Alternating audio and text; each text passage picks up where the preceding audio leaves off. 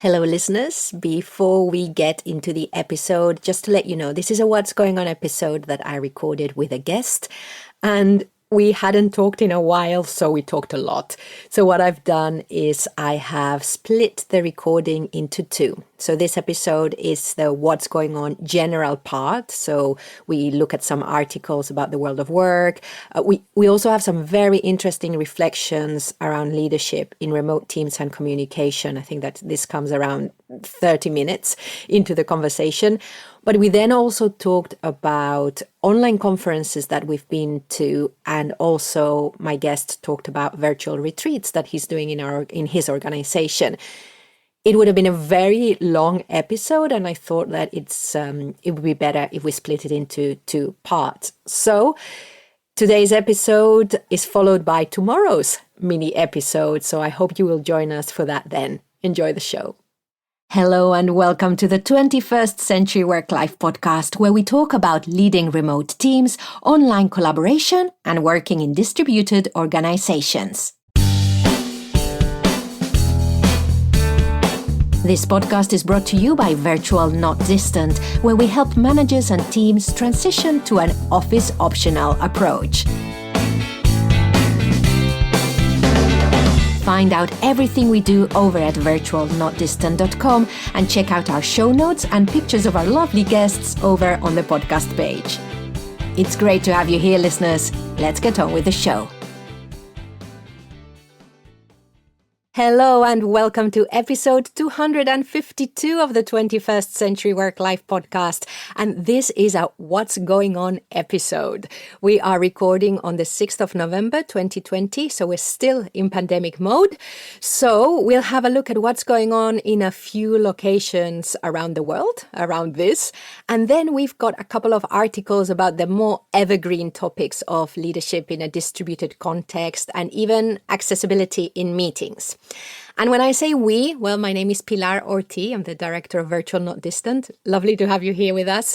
And well, Maya Middlem is my colleague with whom I usually do this episode. She's not here today, but someone else is keeping her seat warm. A voice that those of you who've been listening to the show for a while will recognize.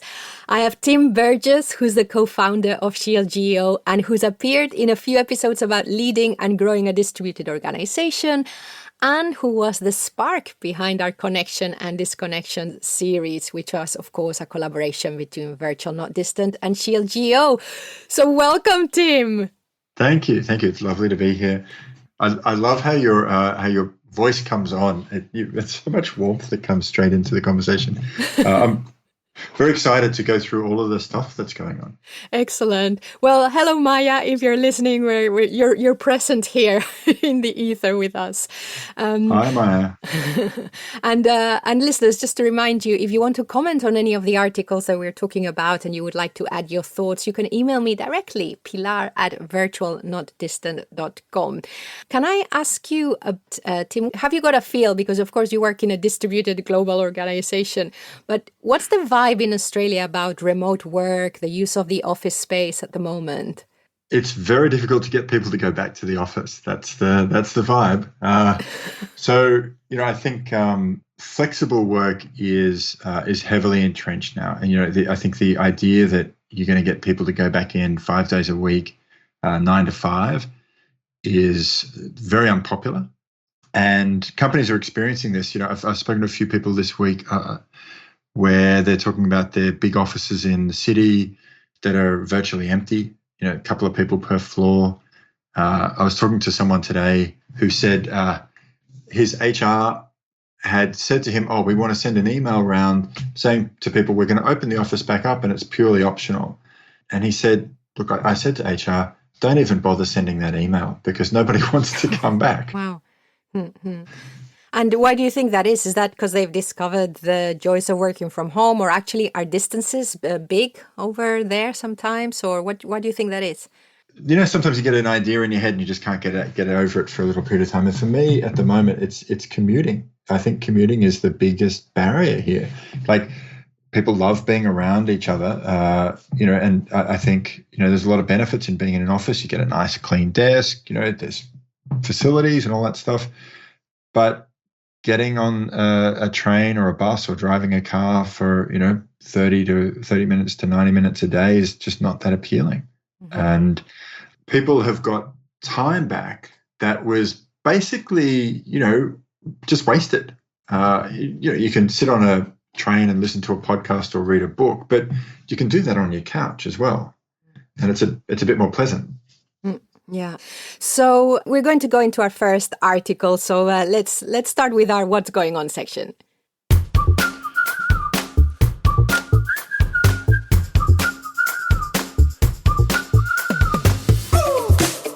What's going on?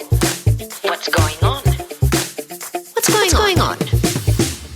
So the first article we have is from the Sydney Morning Herald, and it's called Working from Home Rebellion, Commuters Who Don't Want to Return to the Office. So what does this article tell us, Tim? So this is interesting. It was done in the first lockdown that Australia experienced. And they asked a very interesting question, which was how rushed for time people felt before the pandemic and then during the pandemic. And it was really interesting, the statistics. They found that for women, 44% of them reported that they felt rushed for time before the pandemic. But then during the pandemic, when they were working from home, it fell to 20% or 19% even. Men, there was less of a difference. It went from 35 to 21. But it was fascinating to me that that you had a whole section of the community, and for anyone who, particularly if you're a working parent, I don't think it's a stretch to understand. Your life was pretty stressful between getting everything ready and commuting, getting to work, getting back, and juggling all of that. So clawing a bit of that time back, I think, gave people a sense of freedom. I heard something, and I don't know if I read it, and I think it was maybe in one of the articles we're talking about later, that there was an individual case of a woman who before when she had to actually commute to work, she had to prepare like 3 or 4 meals in the morning for her family. It was a big family. And now, of course, she could do that, but without having to rush to then get out of the house. And that anecdote plus this research also, it's interesting because it reminds me of the worry that I've heard some people have in Spain, which is about worrying of reinforcing the stereotype of the woman looking after the household, and how actually if people start working from home, how that might even perpetuate the fact that the woman is supposed to be looking after the house. And of course, now they're home all the time. So that's even more. Before you had the home, but then they had to get out to go and work. But if they're staying in the home, whether that's going to perpetuate it. And so I found this article interesting from that point of view too. Yeah, it's a really great point, Pilar. And actually, I discussed this article with a few friends in the US in a forum that I'm a member of, and they were like, that's absolutely not my experience. I don't feel any less stressed for time. And, one of the big factors there is homeschooling. A lot of the folks there were homeschooling and finding it incredibly stressful. So, they were saying, well, before I would get in the car or get on the train and I could switch off. That was my time. Now I'm at home, the kids are at home, my husband's at home or my partner's at home, and I don't get any time to myself. So, I think it's not a sort of blanket thing that could apply to anybody. And I totally agree with you that, you could see a situation where there was sort of this sort of male-dominated view that, the man is a breadwinner and the woman's meant to be taking care of the household, and that could be reinforced by the fact that the woman never gets to leave the household. That would be an awful trap to be in. Yeah, I find it very interesting. I think there is some work being done as well about the gender differences around flexible working in this way also. Is there anything else that you wanted to highlight from the article? I just think it's interesting that people are starting to look at not just the specific nature of, are you working from home or are you not? Do you want to work from home or do you not? But also, effectively, this question is about, like, what's your general state of mind from here to there? And interestingly, that even in the pandemic, folks were experiencing some degree of improvement in quality of life. And that might be an Australian, we're a bit of a bubble, as we talked about before we started recording. Australia's been extremely fortunate in the way that the pandemic's played out here. So it would be interesting to see how that applies in other places. I'm really glad that you are in Australia because it's another point of view that we're not getting. So I'm really happy to be sharing that you are sharing that with listeners, and also this diversity of experience. One thing that I find quite interesting, and it reminds me of another conversation. So in the article I'm going to quote, it says, University of Sydney workplace expert Professor John Buchanan expects standard work arrangements to become more flexible after the pandemic. But faced with pressure from employers to return to offices during a time of higher unemployment, which I think we can agree from a European perspective, this is definitely going to happen, he thinks workers will have less scope to insist on working from home. People have very little bargaining power, he says. I think you will see a rise in resentment and dissatisfaction, but with employers' powers only being increased through this.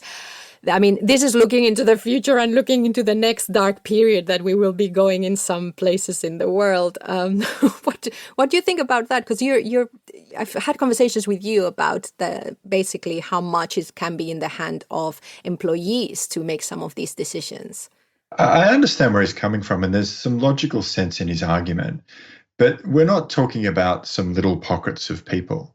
And particularly, a lot of the folks affected here are knowledge workers. So they're in demand. They're hard to find. In Australia, there hasn't been a huge impact on roles like accountants and lawyers and management consultants and software engineers and a lot of digital workers. So far, that might change. So I think, even if you're an employer who's thinking, look, we're going into a recession, I can tell people to do whatever I want. As the article said, you're going to face a revolt because it's a big difference for somebody whether they get an extra 10 hours of their week back or not. So I think that aspect of it might prove to be a little bit different to what he's forecasting. Mm-hmm. I know as you're talking, I'm also thinking that now that some people understand and have experience working from home or outside of an office and are okay with it, the next step might be actually then my employment opportunities, especially the higher skilled ones, they've increased now. Because, I don't need to be restricted to my own area, even if you stay within your own country. So there is that as well. Maybe employees are getting more savvy. Absolutely. And, to be honest, the job market for working from home or working from anywhere has been dramatically underserved. There's so much demand from people to have those job opportunities that you've got a lot of instances, and we've experienced this at Shield, where we've had people who have been extremely, highly experienced, super capable, and we're like, why are you applying for this job with us? And it's because they want the flexibility of being able to set their own hours and to work from home. So I think there's still going to be a bit of a competitive advantage there. The difficulty, I think, is going to be more on a human basis, where if the CEO comes in and goes into the office every day from 9 to 5, then what about the people who report to the CEO? Well, they're probably going to be inclined to come in. And I think there'll be a bit of a filtering effect there, cascading effect, if that makes sense, where if the big boss is coming into the office 5 days a week, you probably feel some obligation to go into the office at least a bit of the time. And I think that's probably going to be more of a factor than people directly thinking they're going to lose their job if they don't go in. Very interesting about keeping it and staying visible in a different way. Just to say, listeners, that Tim runs a company where everyone is distributed, and it's a global company. And you also, just to give a bit of context, because you referred to what you're hearing or what you're seeing, and also you help companies employ people in different international locations. Is that right? Yeah, we've got people all over the world at the moment. It's a great great experience. Yes. So moving on then to another article that you shared from the Business Insider Australia. And it says Dutch civil servants now get $2 a day to cover coffee and toilet paper while remote working. And you should ask your boss for the same, a financial institution says. So what drew you to this article, Tim? It's long been a question, whenever companies say, I think it comes up in the Harvard Business Review article we talk about later, but when people say, oh, remote work, what's in it for companies? And people always talk about how, you can get rid of office space. It's a massive cost and there's this huge saving. And the bit of the discussion that doesn't get mentioned as much isn't that just shifting the cost of having an office onto your employees? And so I think it's interesting now that governments, particularly European governments who are very conscious of protecting and guiding the employee experience, are now starting to look at, well, when this work relationship shifts, who bears the responsibility and who should pay for it? And instances, coffee is a bit of a curious one, but it does make sense. It made me laugh, this article, because it said that one of the things that they assumed was that the average person has 6 hot drinks a day at work. That's what they took into account for the calculation. I thought it was really funny. Well, the Dutch, from what I know of them, they're pretty meticulous. So, I'm sure they'd have someone out there checking, and that number is probably pretty accurate, I would guess. Actually, when you have tea in Holland, they bring you this tray of different tea so that you can pick your tea bag. So yes, I believe that. The other thing that I thought was interesting about the article was the last paragraph says the proportion of Dutch people working from home has nearly doubled, but still remains at only around 1 in 5. And I've always thought that the Dutch have such a, by some Western European standards, such a great work-life balance, or whatever you want to call that actually they probably don't need to be working from home to adjust to that. And also they go in bicycles everywhere, which they love. The commute is much nicer than in some other cities. So that's a really great point that you raise. I was looking at a statistic. Actually, it's in the Harvard Business Review one. They were saying the average American commute is 27 minutes. And certainly that seems to me pretty good by world standards. Yes. 27 minutes, I know when I lived in London, it was a lot more than that. My commute in Sydney was a lot more than that. And then the folks I talked to in Mumbai or Bangalore or Manila, their commutes can get up to 90 minutes, 2 hours one way. Yeah. So it varies a lot. Yeah. So then that goes back to your very original point about it's so much about the context and what's happening around us and how we experience this. And yes, we can be talking very generally about reducing the commute, but that's more important in some cases than others. And then you've also, to complement that, Tim, we've got an article from the 24th of May in swissinfo.ch. Companies must pay share of rent for employees working from home, which just goes back to your point about this is a trend in Europe. Yeah. Yeah, so actually this is very interesting. I read that article initially and I thought, okay, so they're saying that if you work from home, the employer has to pay part of the cost. But I was actually talking to a lawyer, Manpreet in India, a very, very bright lady. And she explained to me that actually the ruling was that if the company saves money by shifting from an office-based approach to a home approach, then they have to pay a portion of the employee's rent. So it's a very deliberate legal decision where they're saying, if you're doing this to save money, then you're not going to shift that cost onto the employees. Yes, there's a quote from the article on that point. So it says, for some trade union representatives, sorry, let me go again. Goise points out, so there was sorry, listeners, this is a classic Pilar. So the subheading of this article is German language paper Tagesanzeiger, I want to attempt that, reports that Switzerland's top court has ruled that employers are required to contribute to employees' rent payments if they are expected to work from home. And then Goise points out that the decision applies to employees who work from home upon the employer's request. However, employees that work from from home on their own behest may not receive rental compensation. For some trade union representatives, this leaves out some workers who may not be contractually obliged to work from home, but many be driven to do so because of a range of reasons.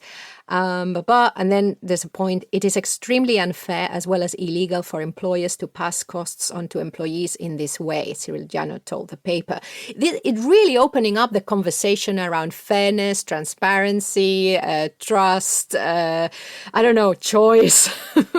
Yeah, absolutely. Absolutely. Well, because it becomes very interesting in places like, let's say, for example, New York or Mumbai or Hong Kong. Real estate's super expensive. And so if you say, we're going to shut the office, everyone's going to work from home, and you're dealing with employees who have tiny homes with not much space, you're actually probably reducing the amount of livable space that they have. And what are they going to do? Do they have to move? Do they have to try and create a workspace within their apartment? Do they need to move to a bigger apartment, which is a huge cost? I think it's definitely something that needs to be talked about more. Yeah, this is something my husband, who, by the way, is Dutch, was saying earlier on with the lockdown, and when he saw that that it was possible, that a lot of companies who hadn't thought this could be possible were now seeing that it is possible for people to work from home. That was his concern, and still is, that actually this will have to be something that is done, that must be done, and then where is your choice? So we like the term office optional, virtual, not distant, when the context allows us. And that is really important. And unless there's something else you want to add about this particular conversation, Tim, I'll just start to wrap up this couple of articles by just reminding that legislation was passed in Spain in September 2020 around remote work. And I think one of the things is also that there will be certain expenses paid for the employee. So yeah, this seems to be a conversation that's, well, more than a conversation now. It's actually now legislation that's gone through Europe. So interesting. Absolutely. So from Europe, let's go to the Harvard Business Review. I was very excited. I have to get out more to see that the article featured in the, I think it's November-December issue of the Harvard Business Review is work from anywhere. It is about the work from anywhere future by Prithviraj Chowdhury. It is that article. And for me, more than the article was good. I think Raj Chowdhury has been in the space doing research around remote work virtual teams for a while now. And more than the article for me was the fact that it was plastered on the Harvard Business Review page, which always says, okay, this conversation has hit the mainstream. And also that they chose the work from anywhere rather than work from home. I think that for us in the remote space is like, yes, thank you. Thank you. So that was the first thing. And then, of course, within the article, there's some interesting stuff. So maybe I'll start with this that actually follows from our conversation around choice. So I don't know, Tim, if you, this study always gets quoted, the study by Nicholas Bloom in 2015, which he did in China in a call center. I was still thinking, why are we still quoting this study? But anyway, what I like that they quoted here was that when the employees opted into working from home, because that's what they were doing policies, the productivity increased by 13%. When 9 months later, when the project stopped, the same workers were given a choice between remaining at home and returning to the office. Those who chose the former, so those who chose staying at home, they saw even further improvements. They were 22% more productive than they had been before the experiment.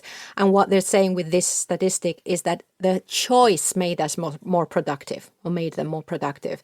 And I thought we need to be talking about that. We need to be talking about the choice. The productivity is not about location. It's also about a sense of autonomy. Absolutely. And then another point that I really liked, of course, is that it says that working from anywhere organizations must get comfortable with asynchronous communication. And they quoted some classics like GitLab and Zapier.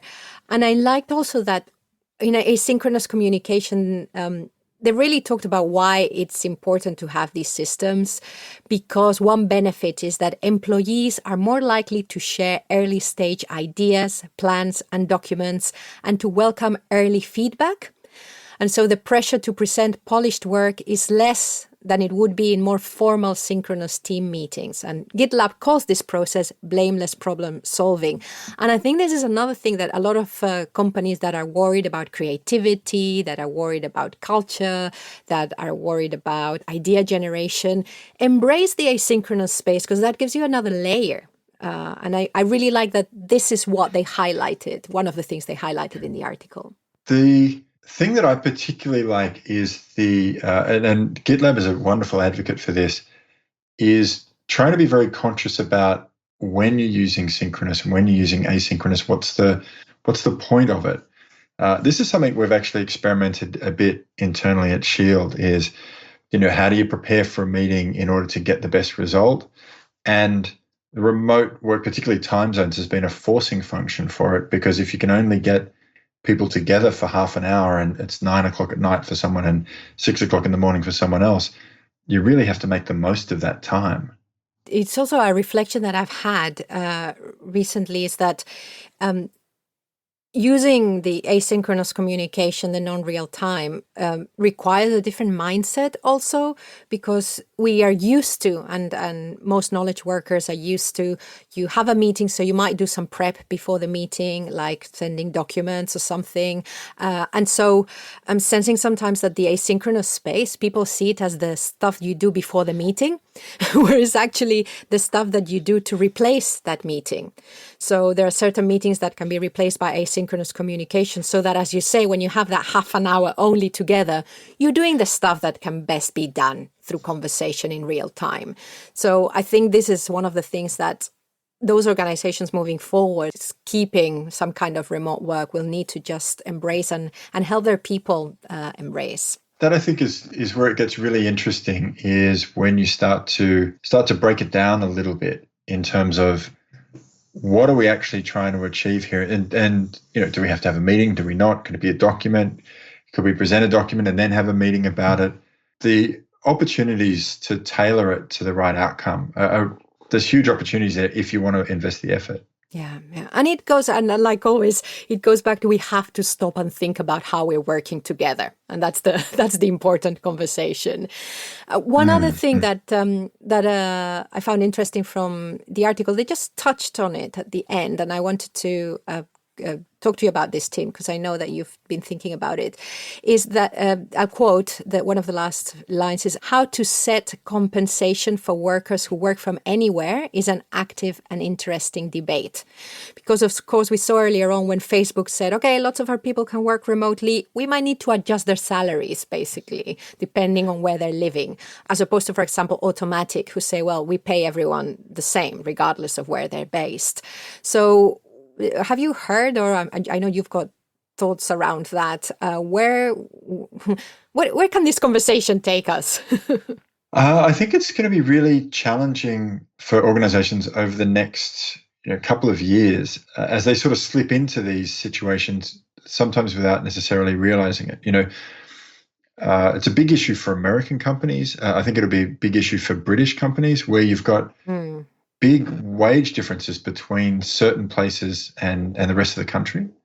I don't know which way it's going to go, because if you pay the same salary everywhere, that's something that only really benefits the companies that are already in the high salary locations. That'll be interesting. I think you're also going to have this big increase in the talent pool. So typically wages are set based on the cost of labor. So it's, how expensive is it to hire a person that I need to do this job in this location?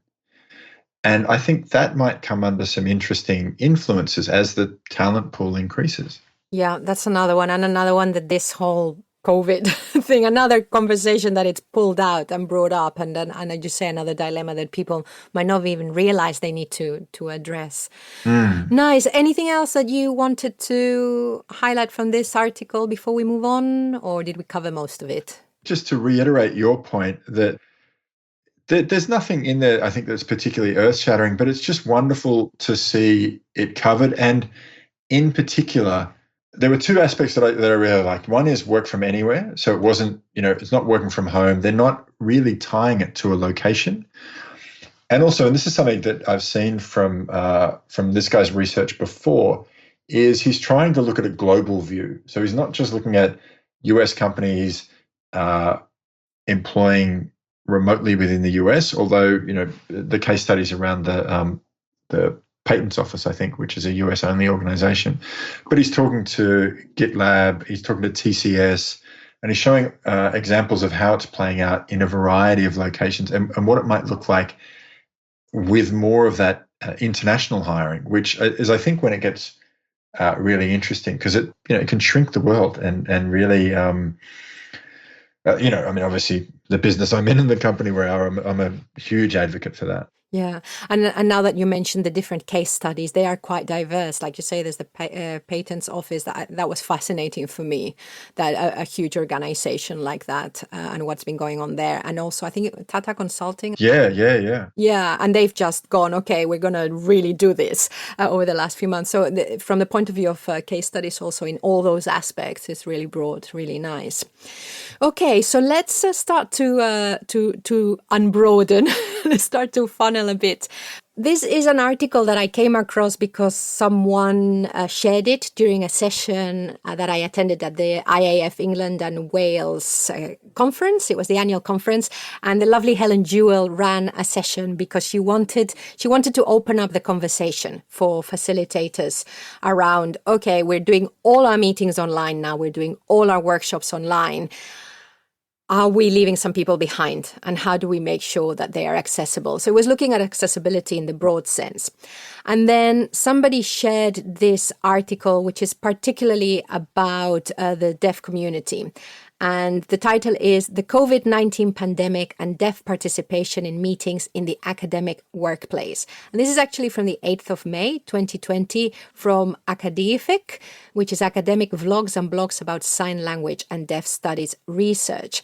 And I've never worked with interpreters on a session. I've never had to, and also I don't run many open community events. Also, so the numbers I'm dealing with are usually small. So I was very interested because this made me think of stuff that I hadn't thought of before. And the first thing that I found interesting was, and I quote. So for deaf staff, working in an online meeting means that interpreters are now accessed 2D rather than 3D, while sign language is three-dimensional, and also via an internet connection that may be unreliable. So that's one of the first things that caught my eye in the article. What about you, Tim? Actually, the thing that really stuck out for me was the level of complexity that they're dealing with, not just in terms of trying to make the meeting accessible, but also the technical challenges of how to make sure the right people were visible and participating, the nuances of what they lost by being in a virtual environment. And then there were all these other factors like, they wanted to, logistics, they wanted to share files, they needed to have a certain number of people in the call. So it seemed pretty clear that there's some use cases where the tools that we think are so great, sort of default tools like Zoom or Teams or whatever, that there's still use cases that are very challenging for those tools. Mm-hmm. There's something that they were talking about specifically. So they were comparing, and this was in May. Things have changed a lot because Microsoft has really been evolving Teams to make it more accessible in all kinds of ways. But they were talking about pinning. You can pin the video in Teams. And they were saying even when the pinning works, there is another challenge. When we watch an interpreter in real life meetings and in presentations and teaching settings, we do not just watch the interpreter. We also watch the hearing non-signers. We look at the mouth movements, facial expressions and body language of the person who is speaking and the responses of other persons in the room. I had never thought of that, how much they are reading the room. And this, no matter whether everyone has their camera on, and especially in large groups, no, that is a real challenge. Yeah, and particularly when you think about like in that video conferencing format, typically it's sort of designed to deliver the voice and video of the one person who's speaking. A lot of them have that default mode where the one person who's speaking becomes the main part of the screen and everyone else sort of gets hidden. And I think there's another conversation that's going on in organizations, of course, around security of some of these tools. And for example, I was talking the other day to someone who have Microsoft in their organization, and I was talking about delivering a workshop and being able to use Zoom, because for workshops, for me, it's still the best tool. And she was saying, "Woof, the hurdles we have to jump through if we want to attend a Zoom meeting." And in this conversation, which was before Microsoft really stepped up, they were saying, well, even if a system is not as secure it should be, its use could be a temporary solution. And another solution could be postpone meetings until they are accessible. And I think this is, again, it's another conversation that I'm really glad that is now happening because of the massive adoption of online tools.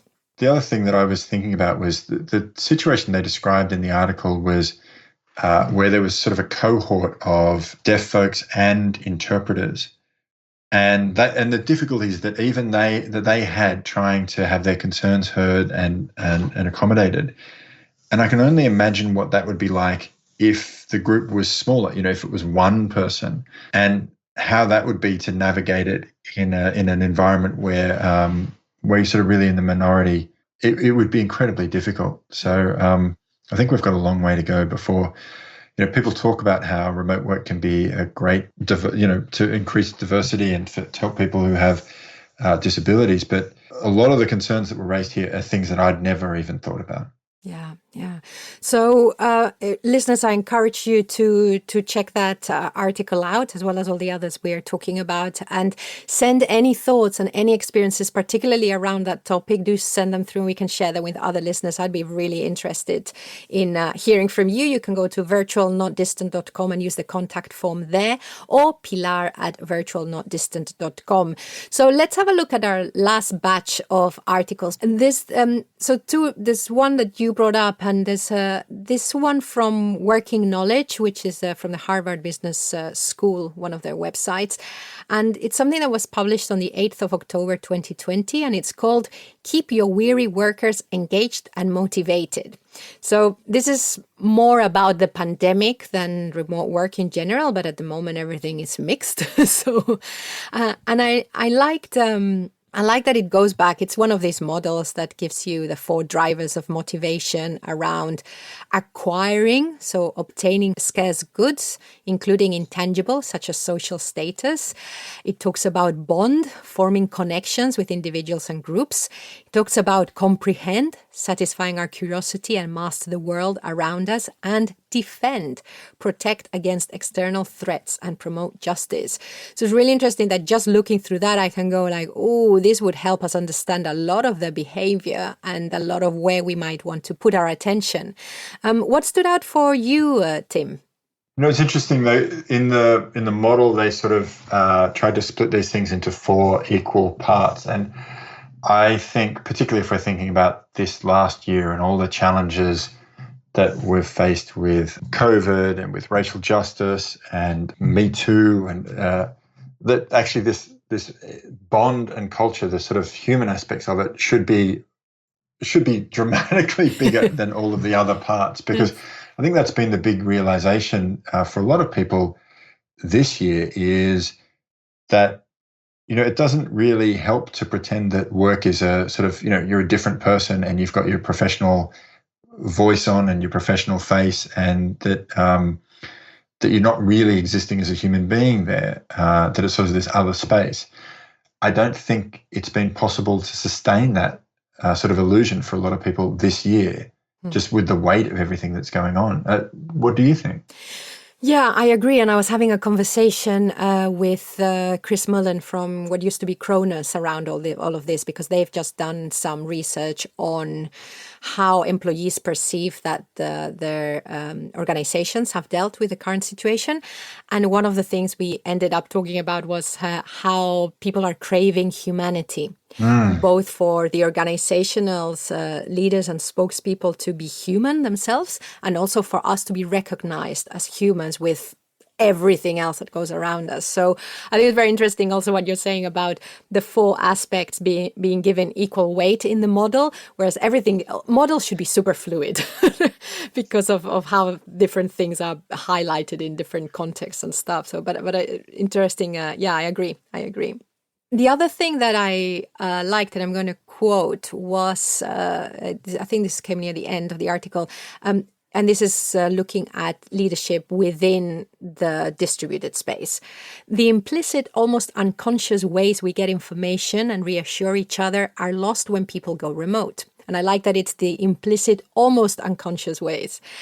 Colleagues are not going to overhear useful conversations while getting coffee.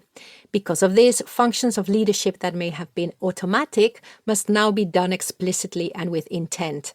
The implication for leaders: over-communicate and over-reinforce boundaries and expectations. Before I tell you what I think, what are your thoughts on that, Tim? I think that in the remote world, it's very easy to just let things slide, to avoid hard conversations, to not have awkward conversations, to to sort of dance on the surface and not get into the deep stuff, and that can take you into that you can lose a lot there. And conversely, that even with and I'm sort of prefacing the next article we're going to talk about. Okay, great. But, there's this opportunity to connect, and if you make that connection across those barriers. But like you say, it has to be explicit. It has to be done deliberately. You have to make an extra effort to do it. But the connection and the results from it can be even more profound because people recognize the difficulty and they appreciate the effort. Completely agree. And of course, we talk about visible teamwork at Virtual Not Distant, which the first principle is deliberate communication, which addresses this implicit, almost unconscious way that we get information from other people, then the work visibility, and then, of course, the planned spontaneity, which also goes for that bumping into other people and overhearing conversations and how you have to plan for those and be deliberate. I like that this says that explicit and with intent. I'm not sure, and I've heard this word a lot, this over communication, and I think it's not the right word because over communicate for me just sounds superfluous. I think that deliberately and maybe multi-channeled communication sometimes, or multi-method, or I don't know, is better. Over communication just sounds like you're saying the same thing all the time. And while that sometimes is what's needed, I would like another word. Yeah, I agree. I think you used the word there about being deliberate. And I think that's really important. The notion that you're not just trying to spray information, but that you're communicating with purpose and that you are very clear about what you're trying to say and how you're trying to say it. Because there is so much room for misinterpretation or for things to get lost in a digital realm that I think, you really do have to be deliberate about it. Yeah. And also another thing you were saying about being deliberate, knowing what we want to be doing, knowing how we want to communicate, knowing who we want to be involved in the conversation. And that is one of the most difficult things, is to almost, and it does take the spontaneity out. And I have heard people really struggling with this, is that if you have to be deliberate, it means you need to think through your communication a lot more. And that sometimes can feel unnatural, but hopefully it will become natural in a different way. So yeah, lots to think about there. And yes. Well, actually, if we pull on that thread just a tiny bit, one of the things that I've been playing around with this year is mindfulness, and the idea that you can sort of quiet the noise in your head and let some thoughts just go. You don't have to let every thought that ever comes into your head dominate your thinking. And I think there's a parallel here with the idea that if we're not existing in the moment with all of this spontaneity and action, good things are just going to disappear. And I don't think that that's necessarily true. I think a lot of the fluff disappears, but good and important things, important ideas, the things that sort of buzz away in your brain and you need to talk to someone about them in the same way that you would bump into them at the coffee machine and go, oh, there's this thing, I've got to talk to someone about it. The thought's still there. The need to talk to someone about it is still there. You're just doing it in a different way. Listeners, did you hear that? Make a note. if you are struggling with this or struggling how to explain it to someone or how the space is different and actually the advantage. I think that's a wonderful way of putting it. And I have to say that personally, I've been struggling because I want to tell everyone everything I'm thinking all the time. And I have found myself going, is this something that they need to know? Well, no, I'm just letting it all out. And that's fine. And it's part of, it's part of who we are and stuff like that. But it has made me reassess, okay. And like you say, is that something that is fleeting and therefore actually, does everyone else need to know about it? Or if it comes back later, is this something that I do need to communicate? So yes, I understand what you mean. And then, so going into this article that you shared, which I think is fascinating. And again, one of the things that I've had to do, and I'm sure many other remote advocates, is really pull back from some of the practices that we are so enamored of and really go back to the basics of why we suggest some of the things we suggest and why we do some of the things we do.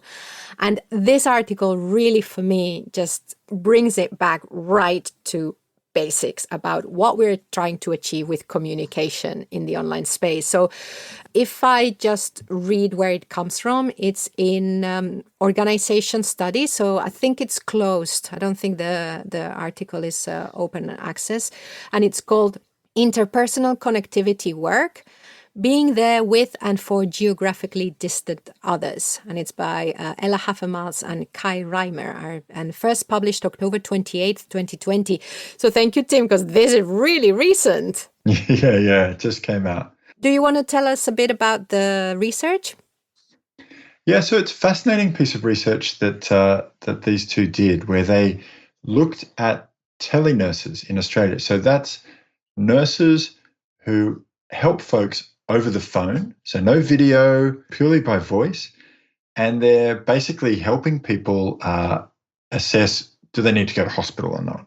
What might be wrong with them and what possibilities for care do they have? And specifically what they were trying to look at was, how are these folks able to build connections with patients remotely with those limitations? And they had this framework that they talked about where they're using a combination of closeness. They called it something like intentional arc and maximal grip or something. But they're using a combination of closeness and distance it's maximal grip and intentional arc in a way that allows them to support people, but also recognizing that they're not just being with them, but they also have something they need to do. They have to do something for the person. So as a nurse, you have to empathize with the person in order to understand what's up with them, but you also have to deliver a service. You're trying to help them deal with potentially emergency or going to hospital or whatever. So it's a really fascinating example.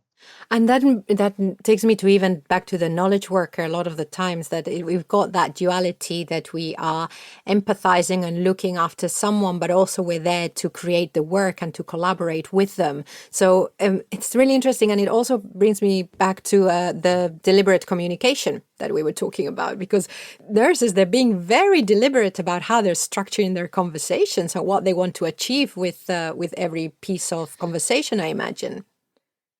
Yeah, absolutely. And I was reading this from the lens of, I run a service business, so we're servicing customers all the time, and through email and phone calls and Zoom meetings and so on. And so this notion of finding the right balance, you don't want to be purely transactional, because you want to have some connection with the people you're dealing with, but also there needs to be a certain level of professionalism that you still maintain, because you're delivering a service. So that interplay, where in the research they gave the example where, for example, closeness might be you're using your prior experience as a way to visualize the other person and their situation so you can relate to them. And that's something that I see us doing at work a lot. And then also using distance. So, for example, the nurses talked about how they have a phone voice. It's similar to if they're in a hospital, they have a uniform and they carry, a board, and there are these sort of symbols. They rotate on shifts so that there isn't too close a bond created between them and the patient. Wow, there's so much there. And I like the skillfully balanced, what you were referring to also earlier, about the dualities of freedom versus control to achieve interpersonal connectivity. I think that duality of freedom versus control, I'm going to just take it completely out of the context of the study and just put it into the online collaboration piece, is so interesting, because that the online space can give us so much freedom, but we also need some sort of control. Not necessarily one person controlling us, but everything needs to be encapsulated in a place so that we can operate with that freedom within it. And the nearness versus farness, I think that's really interesting psychological concept. The other thing I found really interesting there was, I think, particularly when we're talking about things like asynchronous or distributed work, it's often very much focused about results. And so there can be the tendency to just try to get to the outcome. And so that's thinking about how do we get to the outcome, but not really thinking about the other person. And then there are other instances where we sort of over-empathize with somebody. We don't necessarily get to the outcome. And so I think being mindful of the interplay between that, like thinking, what's going on with the other person here, and how much support or connection might they need from me in order that we can achieve our mutual goal.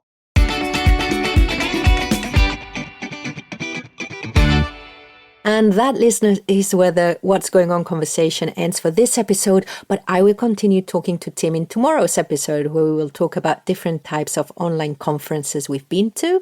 And Tim will tell us also what they've been doing over at Shield GEO in the form of retreats to keep the distributed people together. If you want to connect directly with Tim, he is at Planet Burgess. That's Planet Burgess for sugar. So he's at Planet Burgess on Twitter, and you can look for him on LinkedIn, Tim Burgess. I'd love to hear your thoughts on the range of topics we've talked about today. Remember, you can get in touch through virtualnotdistant.com, or I love Twitter at Pilar Orti. And also we have a page on LinkedIn for Virtual Not Distant, where Becky posts links to articles and other resources a few times a week. So you can connect by following that page. But also remember, we have a monthly newsletter, which you can sign up to through our website. And when you sign up, you'll get our complimentary PDF on leading through visible teamwork, asynchronous practices for your remote team. Don't forget to subscribe to our show on your podcast app, and go to our podcast page on the website for the links to anything we've talked about in the show notes, a summary of the episode done beautifully as ever by Maya Middlemiss, and pictures of our lovely guests. Thank you very much for listening to this, and I invite you to join Tim and myself in the next episode. A big thank you for listening to the 21st Century Work-Life podcast produced by Virtual Not Distant. If you have something to add to the conversation, let us know through the contact form over at virtualnotdistant.com. I have been your host, Pilar Orti, and I'm signing off now. Wherever you are, whatever you're doing, enjoy.